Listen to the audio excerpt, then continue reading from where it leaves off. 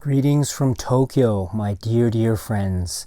This is Daisuke, and I hope this video finds you in good spirits wherever you are in the world. I would very much like to continue my conversation with respect to the works of the Japanese filmmaker Kazuo Hara. This time, I would like to talk about the film that was released in 2005, and it is very significant in the context of the career and filmography of Kazuo Hara and his filmmaking partner and producer Sachiko Kobayashi. This is very significant because this marks the first time that Kazuo Hara is making a full-fledged feature film, a narrative feature film, and it is a powerful and surprising work from this filmmaker artist Kazuo Hara. The film is called in Japanese Mata no Hi no CHIKA. The English title that is given to it is The Many Faces of CHIKA.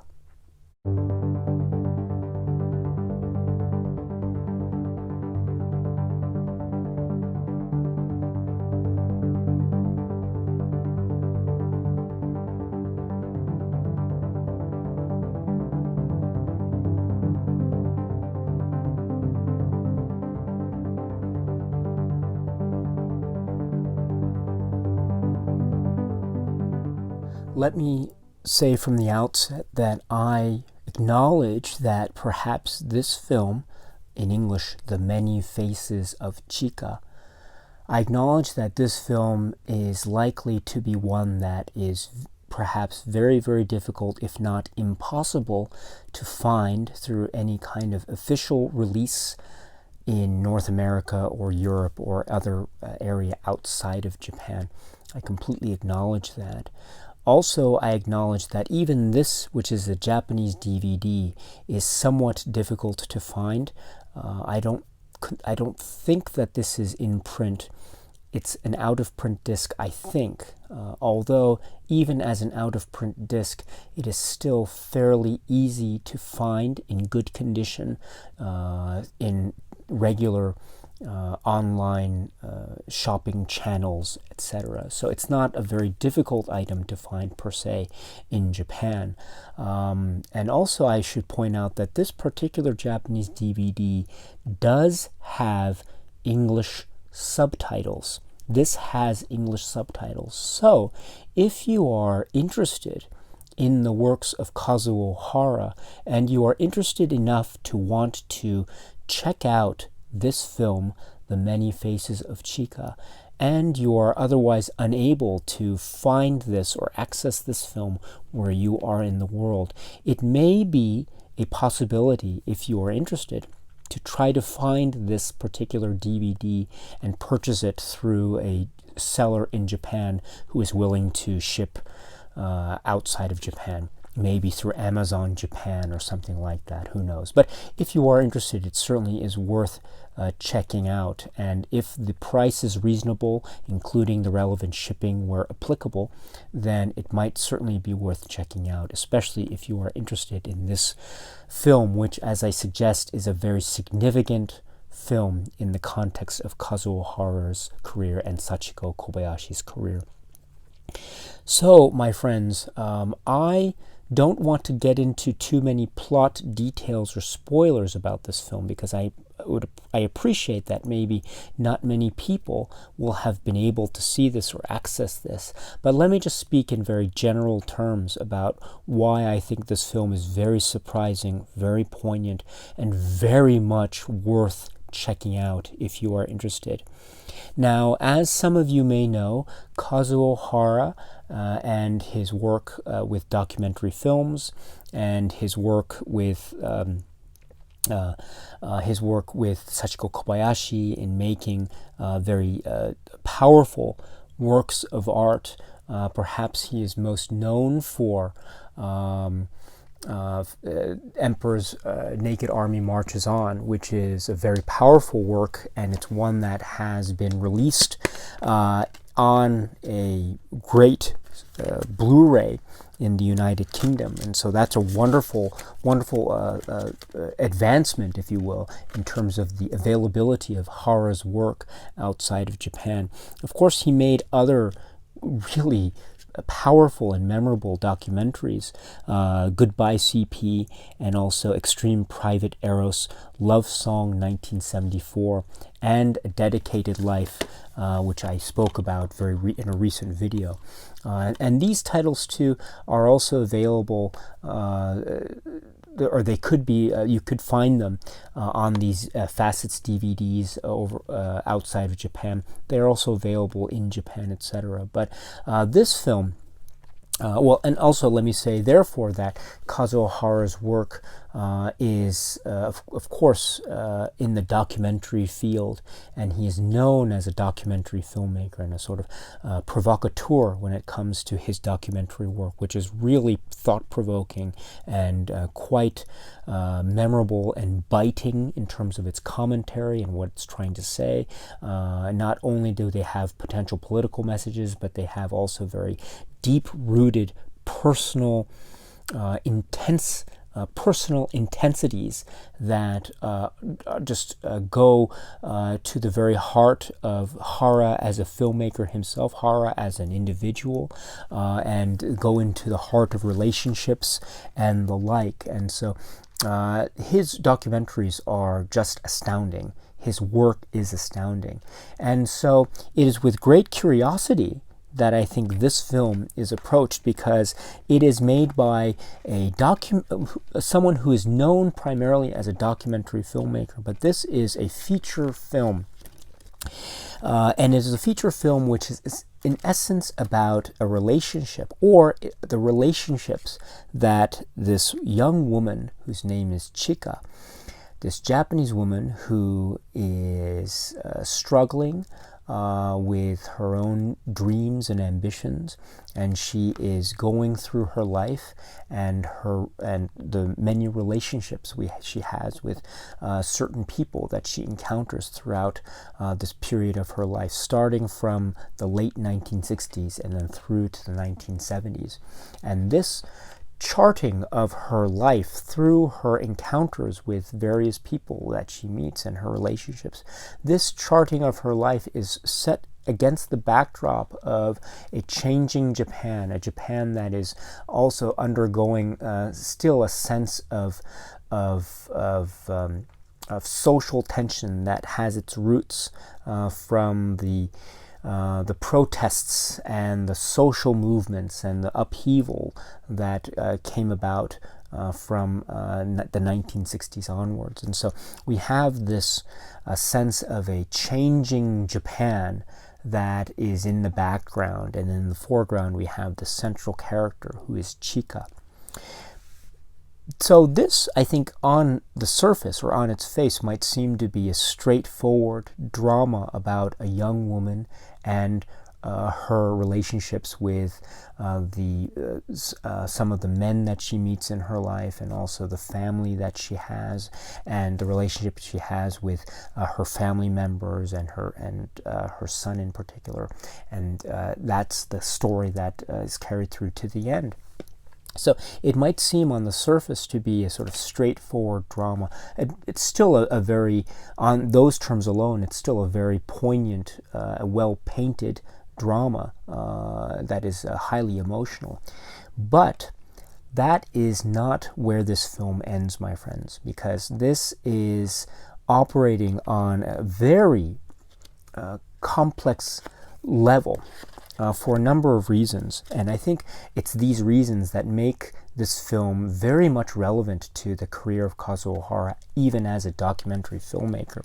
And I'll try to be as vague and as general as possible in my comments. But okay, so this film is remarkable for many reasons, but one of the reasons is that it has a main character whose name is CHIKA, but she is played by different actors.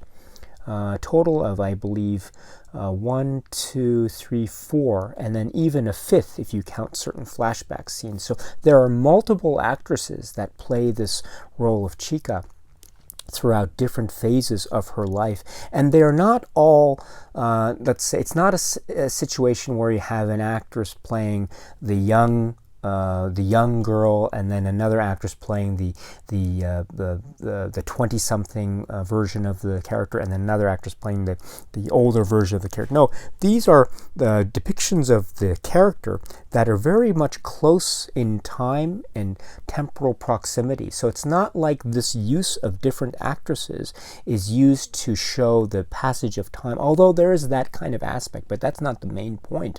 The point is to see how this character has certain many facets to her personality, and many ways in which she is dealing with the certain dramas that are playing out through the film. How different facets of her personality are reacting to these different situations. And this is made visually clear by the use of different actresses playing the role in close temporal proximity to each other. And so that's this film therefore has a beautiful, surreal, Buñuelian effect to it. And it makes for arresting and compelling drama, and to see how these different approaches to the character add further dimension to the character and the situations that the characters go through. It's I mean, for instance, the character is played by a different actress, but oftentimes you'll see the supporting other characters still played by the same actors, and so you have everything else around this main character essentially staying the same, but the main character is, in a sense, outwardly and perhaps inwardly too, changing because of the different actors that are giving the unique performances to this same character of Chika. That is fascinating, and with that we get examinations that are intimate and so emotionally raw that we cannot help but recall the way in which Hara and his very intimate, almost probing camera explored the raw, intense emotional landscape of the people that were the subjects of his earlier films like Goodbye CP, also Extreme Private Eros Love Song 1974, especially when you consider the ideas of sexuality and identity, and also motherhood and the idea of the relationship between a mother and her child, and how that affects one's emotional state, and how that forms part of one's identity. And also at the same time you have a character that is yearning for some kind of freedom or liberty or whatever one wants to call it, but there's something there about a sense of freedom and the price that needs to be paid for that freedom. And that is also something that is very clear from Hara's earlier documentary work.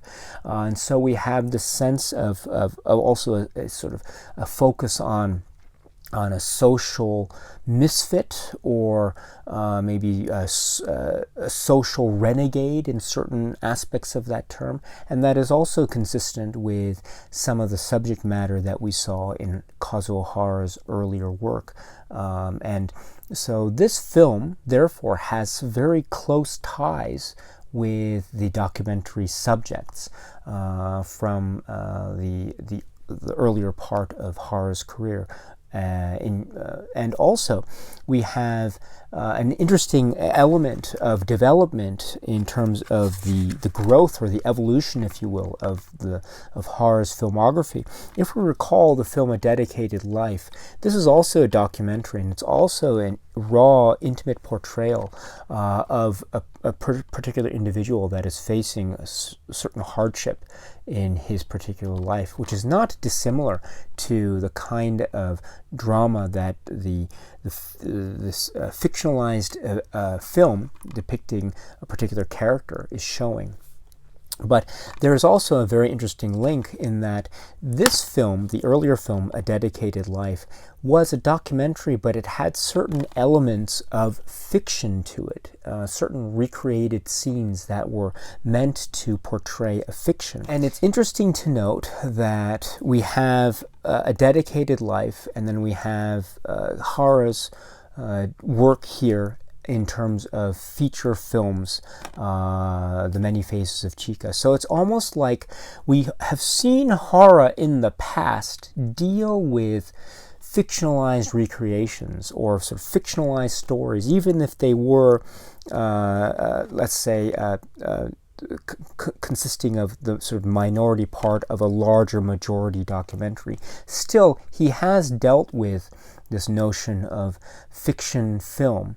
And now we have a fiction film, a feature-length fiction film. But even here, we see the same parallels with this idea of truth and fiction made bare, made raw, and made open for everyone to examine, which is very consistent with the earlier film, A Dedicated Life. And so I would suggest that the idea of Hara's use of fiction as a tool to further the discussion that he wants to have with respect to this character and her development and her changes and the kinds of drama and upheaval that she goes through as Japan is going through a similar kind of social upheaval is very fascinating. And so you have a lovely parallel that is set up automatically between truth and fiction, or I should say between truth and fiction, which is such a wonderful link to some of the earlier works of Hara,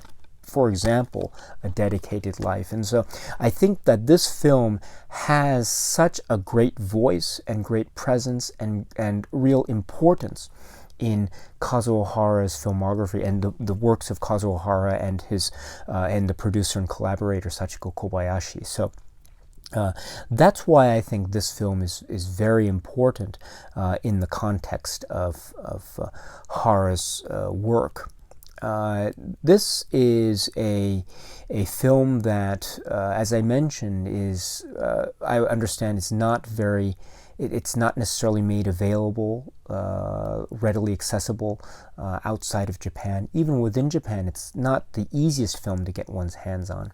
And in fact, there are other horror films that are, as of now, not one cannot watch. And so I'm skipping over, in fact, another film by Hara that I haven't been able to see because it's impossible to get one's hands on in Japan anyway. And so I'm focusing now on this film from 2005, The Many Faces of CHIKA. But that's what I mean to say here is that it is my hope that the works of Kazuo Hara continue to be made more readily available, such as the recent second-run Blu-ray that was released by the great UK label of the film Emperor's Naked Army Marches On. It is my hope that more works of Hara are made available, and if so, then I think that if you haven't seen a film by Hara, or if you've seen, for instance, The Emperor's Naked Army Marches On, but you are still curious as to what his other works have to offer, then of course it is my hope that Goodbye CP might become more readily available. Extreme Private Eros Love Song 1974, it is my hope that that film could be made more readily available. A Dedicated Life, it would be great if that were made more available. And it would be so wonderful if this film, The Many Faces of CHIKA, were to be made more available, because it is doing so much with temporal space and use of actors and characterizations and truth in fiction, and the examination of the raw emotional intensity set against the backdrop of a changing Japan from the 1960s to the 1970s. There is so much to ponder and to absorb and to wonder at here. It is a marvelous work. I admit that when the film started, when I first saw the film and when the film started, I thought that I was in for a kind of quaint family drama, and that it would be kind of quaint, but that would be it, and it would be otherwise unmemorable. But oh gosh, I was completely mistaken in that initial assessment based off the first 10 minutes of the film, because as the film progresses, it just gets more startling and more surprising and, to be frank, more shocking. And not in terms of real shocks and these big stunts or anything, but more in terms of character growth and development, or the ways in which, or the choices that certain characters make, which are stunning on the one hand, but also so utterly believable on the other hand, which goes to show just how powerful and intimate and deeply personal the camera of Hara is, and how well it captures something of the human spirit, even when he is outside of what he is perhaps known for the most, which is his documentary work. Even when he is outside of that zone, he is still managing to create something that is so totally filled with a lot of emotional effect and power. So this is, the film produced by, once again, his collaborator and partner, Sachiko Kobayashi, directed by Kazuo Hara.